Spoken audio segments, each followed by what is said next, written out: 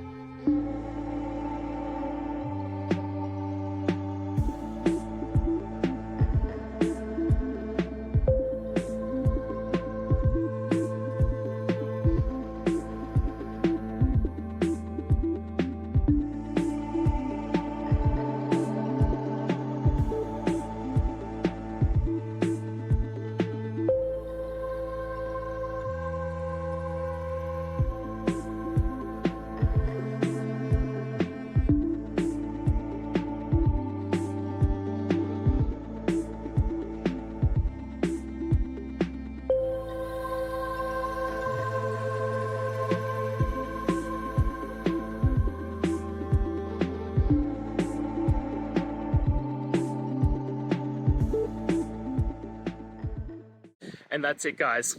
I hope we've gone through the question and found that solution you're looking for. And look, if we did, please hit subscribe. I'd really appreciate it. And until the next time you need technical help, I hope you have a good one. Cheers.